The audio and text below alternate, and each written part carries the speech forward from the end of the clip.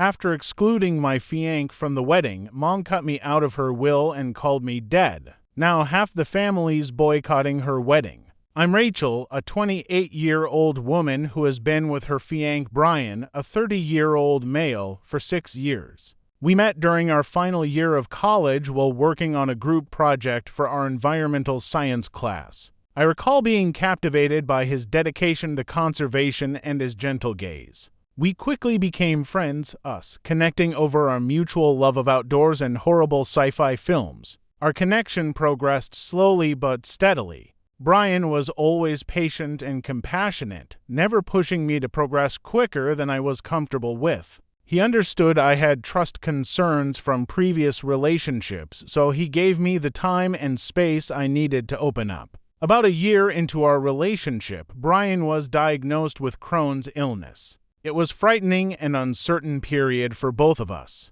I recall sitting in the doctor's office, holding his hand as we listened to the explanation of how this chronic ailment will affect his life. Brian was obviously unhappy and concerned about how this would affect our future relationship. However, it simply increased my affections for him. Seeing how bravely he addressed this diagnosis and how determined he was not to let it define him only made me admire him more. I immersed myself into researching his health and learned everything I could about how to help him. There have been difficult times, of course. Brian has had a couple serious flare-ups that required hospital stays, but we handled each struggle together, and it has only brought us closer. Last year, while hiking to our favorite waterfall, Brian insisted on going even though he wasn't feeling well. He dropped down on one knee and proposed. It was the simplest yes of my life. Now for some background on my familial situation. My father died from pancreatic cancer when I was 12 years old. It was a very brief battle, lasting around 8 months from diagnosis to the conclusion. Those months were a flurry of hospital visits, hushed conversations between my parents that would abruptly end when I entered the room, and a rising sense of dread that I couldn't quite comprehend at the time. My father was my hero. He was a high school history teacher that his students adored for his bad dad jokes and true enthusiasm for the topic. At home, he was always up for an unexpected dance party in the kitchen or a late-night ice cream run. Losing him left a void in my life. My mother, Emily, at 52, was understandably heartbroken by Dad's passing. For months, she was hardly functioning. I remember having to remind her to eat and almost beg her to take a shower. She eventually immersed herself into her career as a real estate agent, leaving before I awoke and returning late at night. For years, there were just the two of us, rattling around in our oversized house. We became close out of necessity, bonding over our mutual sadness. But there was always a part of my mother that appeared missing, as if she had buried a bit of herself beside my father. When I was in high school, my mother began seeing a therapist. I began to see traces of her old self returning. She began cooking again? Dad had always been the family chef, but he had also started gardening and dating. Nothing serious, just some coffee dates here and there. I went to college with the hope that my mother would finally heal. We talked frequently, and she was happier than she had been in years. That's why I was overjoyed when, during my sophomore year, she called to inform me she had met someone important. Frank, a 55-year-old man, appeared fantastic at first. He was a successful businessman who exuded charm and confidence. He made my mother laugh in a manner that I hadn't heard since before Dad died. I was delighted for her, but over time I began to notice things. Frank would make subtle barbs at my decision to major in environmental science rather than something practical like business. How he'd make comments about my appearance such as, "You'd be so pretty if you just put in a little effort." My mother would always dismiss it, saying he was simply teasing or that I was being oversensitive. When I introduced Brian to them, I could sense my mother's disgust. She was nice, yet her interactions with him lacked warmth. Frank was blatantly disdainful and scarcely acknowledged Brian's attempts at conversation. My mother's attitude toward Brian has deteriorated with time. She has made statements about how his health difficulties will limit my opportunities in life. when Brian had to cancel arrangements with them due to a flare-up, she suggested, "I find someone more dependable." I've always protected Brian, but I'll admit that there were moments when I didn't push back as forcefully as I could have. I was terrified of hurting my relationship with my mother and losing the only parent I had left. But, looking back, I see I was allowing her mistreat the person I love the most in the world. This leads us to last week. My mother called, overflowing with enthusiasm. She and Frank had become engaged and were planning a fall wedding. I congratulated her, suppressing my confused sentiments for Frank. Then she said that she did not want Brian to attend the wedding since his health difficulties could generate a commotion, and she wanted the day to be perfect. I was stunned into silence for a moment. When I found my voice, I made it clear to her that this was utterly unacceptable. Brian's condition is well managed, and he would never want to draw attention to himself during someone else's event. Plus, he'll be her son-in-law. How could she possibly consider excluding him? My mother became defensive, insisting she was simply being sensible. She went on about how hard she had worked to organize this wedding and how she deserved everything to go perfectly. I couldn't believe what I heard. I informed her that if Brian was not welcome, I would not be attending either. This resulted in a major debate. My mother accused me of being selfish and ungrateful. She went on a big diatribe about how much she'd given up as a single mother, how she'd put her life on hold for me, and how I owed it to her to be present on her special day. I responded that she was the only one being selfish by excluding my fianc over something he couldn't control. The phone ended with her in tears and me shivering with rage.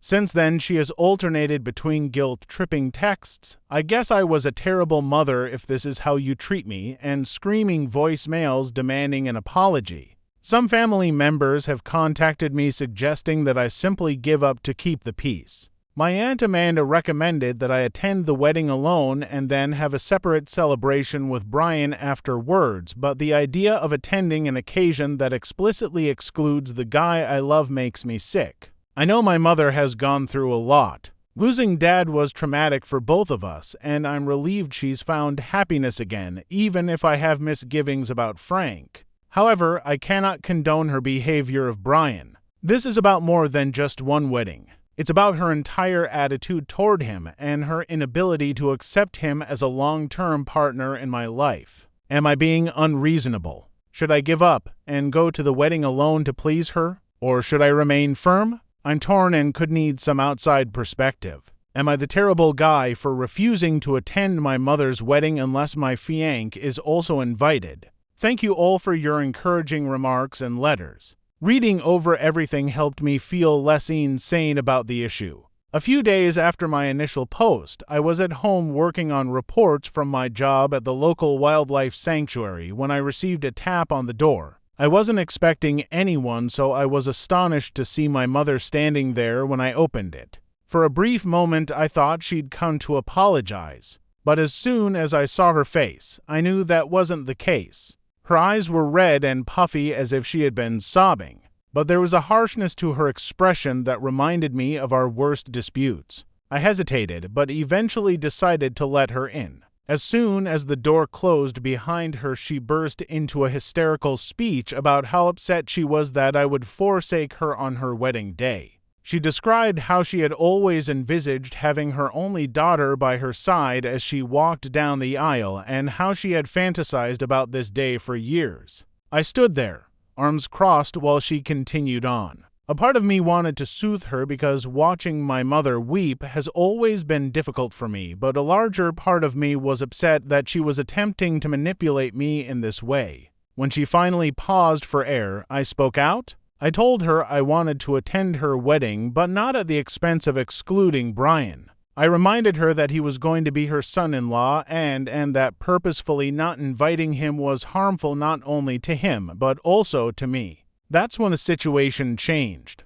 My mother's emotional countenance hardened, and she began explaining how she was only trying to protect me. She complained about things like, "What if he has an episode during the ceremony? You'll be so embarrassed," and she added, "I just don't want you to be burdened with taking care of him when you should be celebrating with me." I was furious.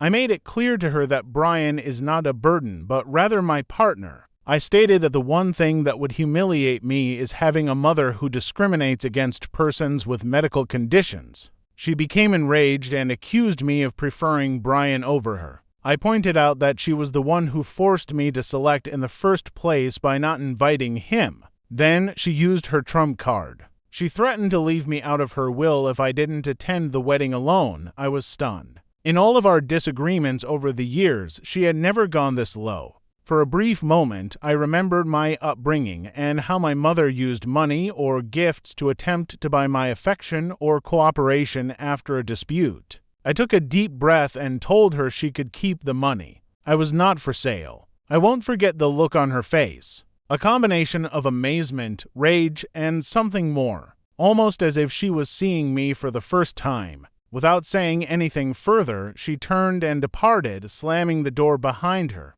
I sank into the couch, exhausted. I must have sat there for hours repeating the exchange in my mind. I kept thinking about my father, wondering what he would say if he could see us today. He had always disliked disagreement, preferring to settle it with a terrible joke or an impromptu family game night. Later that evening, I received an email from Frank. The subject line stated, "Let's work this out," which made me roll my eyes. He wrote that he understood all perspectives and wished to propose a compromise. Brian could attend the ceremony but leave before the reception so he wouldn't become exhausted. I was seething when I read his arrogant remarks. I responded by noting that banning Brian from half the event was still unacceptable discrimination.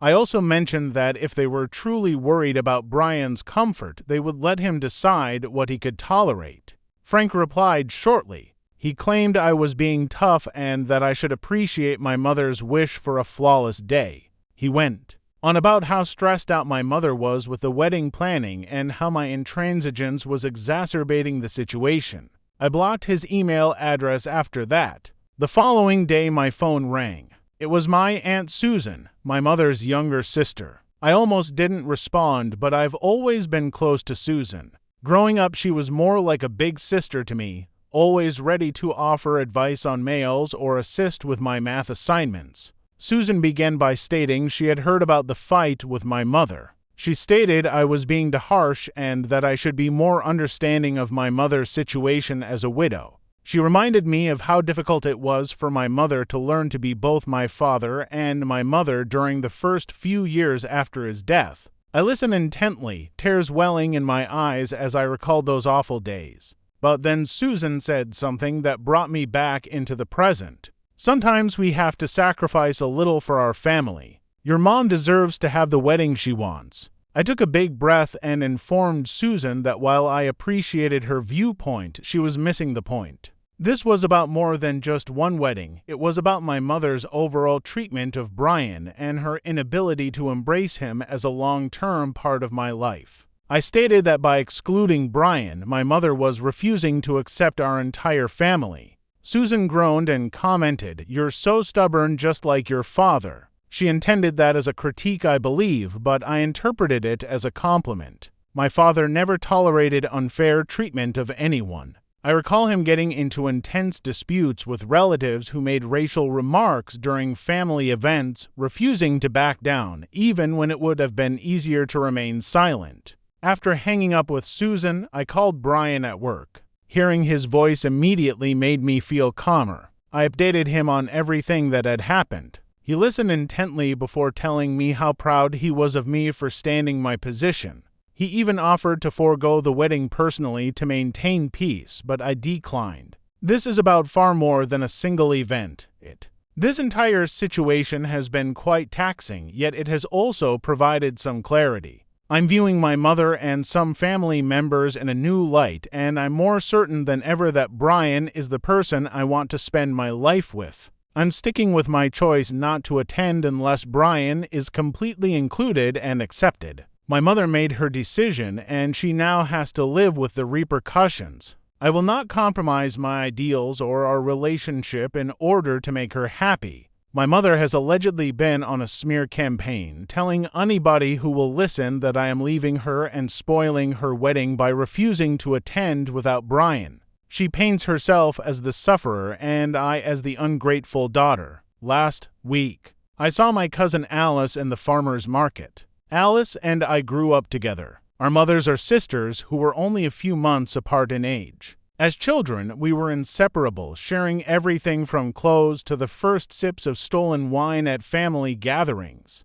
When Alice noticed me, her eyes widened and she dashed to my stall. I sell homemade jams and preserves produced from fruit grown in my garden, which is a passion I learned from my father. I assumed she was delighted to see me, but as soon as she opened her mouth, I realized it wasn't a friendly visit. Alice immediately started telling me how I needed to forgive my mother and stop being so selfish. I was shocked. Alice and I have always been close and I expected her to appreciate my point of view, but it turns out that my mother reached out to her first with her distorted version of events. I tried to explain my side, reminding Alice of all the times my mother had made disparaging remarks about Brian's health over the years, but Alice wasn't having it. She said, "Your mom has been alone for so long. Can't you just give her this one day?" I replied that, if it was truly about being there for my mother, Brian would be invited as well because he is going to be her son-in-law.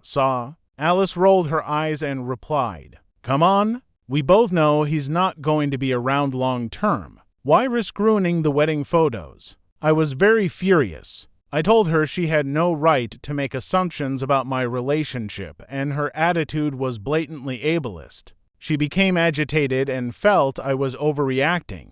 I ended up packing up my stand and leaving early to avoid saying something I would later regret. That night, as I was stress baking, another habit I picked up from my father, I received a group text from some extended family members with whom I'm not even close. And my great-aunt Sylvia, who I haven't seen since I was a teenager. And my mother's cousin Marvin, who I don't think I'd recognize if I saw him on the street, were all telling me that I should do the right thing and go to the wedding alone. One particular message stood out. It came from my Uncle Greg, my father's younger brother.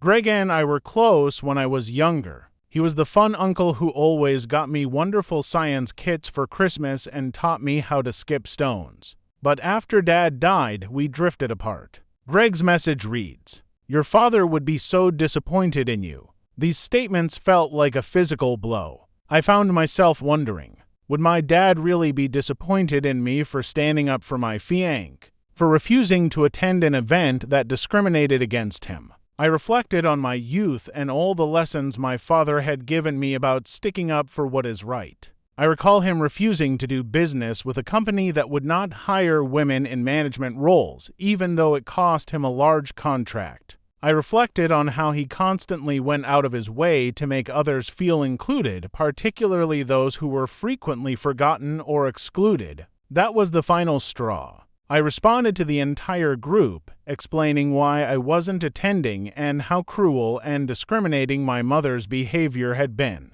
I said that my father taught me to stand up for what is right, even when it is difficult, and that is precisely what I am doing. I ended by saying, anyone who supports excluding Brian is no longer welcome in my life. The fallout has been significant. I've received everything from angry messages to sobbing voicemails. My phone has been vibrating non-stop with notifications, however. A few family members have contacted me personally to express their support and admiration for my decision to take a stand. My nephew Aaron, who has type 1 diabetes, wrote a particularly moving comment about how much it means to him to see someone standing up to discrimination based on health concerns. Brian has been there for me through it all. He listened to me rage and cry, comforted me when I needed it, and allowed me space to process on my own. Seeing how nasty and judgmental my family can be has just strengthened my belief that he is the one I want to make a life with.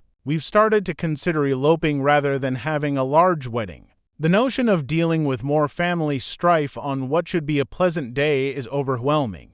Furthermore, the thought of a modest, intimate wedding centered on our love rather than appeasing others is beginning to seem enticing. I'm sticking firm on my decision. My mother and anyone who supports her acts can kick rocks. I'm done sacrificing my ideals to make others happy. Well, the wedding was last Saturday. As planned, I did not attend, but there have been some unexpected developments that I would like to convey. The night before the wedding, I received a call from my mother's best friend Amanda. She has known me since I was a child and has always felt like an aunt to me. Amanda was there for me during my awkward middle school years, my first heartbreak in high school, and when my father died. Amanda said she wanted to let me know about something that happened during the rehearsal dinner. Apparently, my mother had been drinking extensively and began bad-mouthing me to anyone who would listen. She was yelling horrible things about my being dead to her and that she wasted her life raising such an ungrateful brat.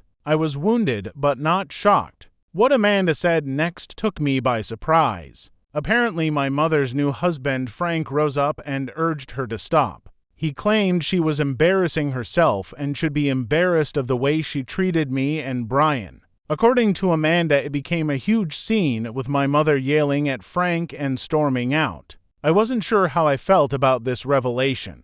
On the one hand, I was relieved someone had finally stood up to my mother. On the other hand, it was difficult to hear how far she had fallen. I thanked Amanda for informing me and tried not to think about it anymore. The next morning, the day of the wedding, I received a text from Frank, of all people. He apologized for his role in everything and acknowledged how terrible it was to exclude Brian. He stated that he had only been doing what my mother wanted to keep her happy, but witnessing how nasty she was made him realize he had made a tremendous mistake. Frank explained that he understood if I could not forgive him, but he wanted me to know he was sorry. He also stated that he had requested Brian be invited to the wedding, even if it was last minute. He indicated the invitation was still open in case we decided to come. I showed Brian the message, unsure how to respond. Part of me wanted to go to see if this may be the turning point in our relationship with my mother.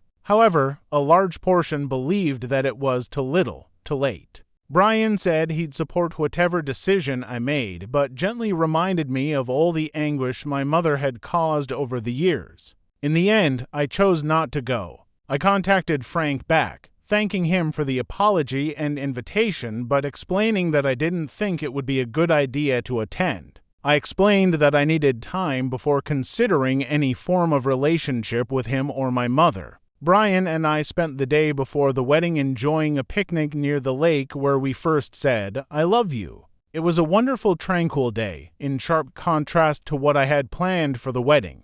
I heard through the grapevine that the wedding was tense. Several family members declined to attend in solidarity with me, which touched me. And my mother was apparently in a bad attitude the entire trip, snapping at everyone and grumbling about how awful everything was. It's been a few days and I'm still absorbing what's happened. I haven't heard directly from my mother since the wedding. Her silence hurts me in some ways but also relieves me. I'm not sure I am prepared to confront her yet. I'm attempting to focus on the good. My bond with Brian is stronger than ever. Some of my family members have displayed their actual colors, both positive and negative.